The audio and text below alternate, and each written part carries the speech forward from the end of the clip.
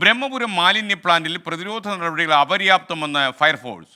Plastic കൂനകൾക്കിടയിലൂടെ വഴിയൊരുക്കാത്തതിനാൽ ഉൾപ്രദേശങ്ങൾ തീപിടിച്ചാൽ പ്രതിസന്ധി ഉണ്ടാകുമെന്ന് report.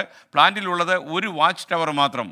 Biomining വേഗത്തിലാക്കാൻ ജില്ലാ ഭരണകൂടത്തിന് ഫയർഫോഴ്സ് നിർദ്ദേശം കൊടുത്തിട്ടുണ്ട്. അശ്വിൻ പാലാഴി കൊച്ചിയിൽ നിന്ന് വിവരങ്ങൾ നൽകുന്നു. പറയൂ അശ്വിൻ, ഗുഡ് മോർണിംഗ്.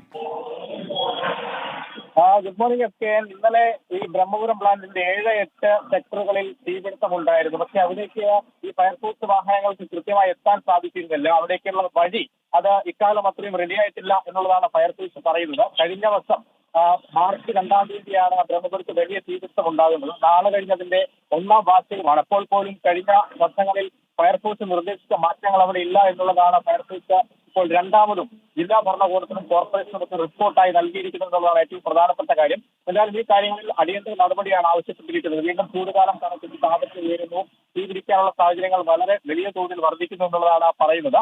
എന്തായാലും ഈ കാര്യങ്ങളെല്ലാം ചൂണ്ടിക്കാണിച്ചുകൊണ്ടാണ് ഈ സൗകര്യങ്ങൾ എത്രയും പെട്ടെന്ന് അവിടെ ഒരുക്കണമെന്ന് പറഞ്ഞിരിക്കുന്നത്. ഇത് മാത്രമല്ല, ഈ തീപിടുത്ത സാധ്യത കണക്കിലെടുത്തുകൊണ്ട് വാച്ച് ടവറുകൾ 4 നിർമ്മിക്കണമെന്നുള്ളൊരു നിർദ്ദേശവും കഴിഞ്ഞ വർഷം നൽകിയിരുന്നു. അത് ഈ പ്ലാന്റിന്റെ എവിടെയെങ്കിലും തീപിടിച്ചാൽ അത് അതിവേഗം കണ്ടെത്താനുള്ള ഒരു നടപടിയുടെ ഭാഗമായിരുന്നു. ആ വാച്ച് ടവറുകളിൽ 1 മാത്രമാണ് ഈ ഒരു വർഷം കൊണ്ട് നിർമ്മിച്ചതെന്നും റിപ്പോർട്ടിൽ പറയുന്നുണ്ട്. അങ്ങനെ ഗുരുതരമായ കണ്ടെത്തലുകളാണ് പറയുന്നത്. ബയോമൈനിങ് അടക്കം വേഗത്തിലാക്കണമെന്നുള്ള നിർദ്ദേശം കൂടിയുണ്ട്. എന്തായാലും ഇതൊക്കെ ഇനി എപ്പോഴാണ് പൂർത്തീകരിക്കുക എന്നുള്ള ചോദ്യം നിൽക്കുന്നു. അനുദിനം താപനില വർദ്ധിച്ചുകൊണ്ടിരിക്കുകയാണ്, ചൂട് വർദ്ധിച്ചുകൊണ്ടിരിക്കുകയാണ്. ഇപ്പോഴും ബ്രഹ്മപുരത്തിന്റെ പലയിടങ്ങളിലും തീപിടിക്കുന്നു അല്ലെങ്കിൽ പുകഞ്ഞുകൊണ്ടിരിക്കുന്ന റിപ്പോർട്ട് അടക്കം ഫയർഫോഴ്സ് നൽകിയിട്ടുണ്ട്. അടിയന്തര നടപടിയാണ് അവർ ആവശ്യപ്പെടുന്നത്. Okay, thank you Ashwin Palazhi.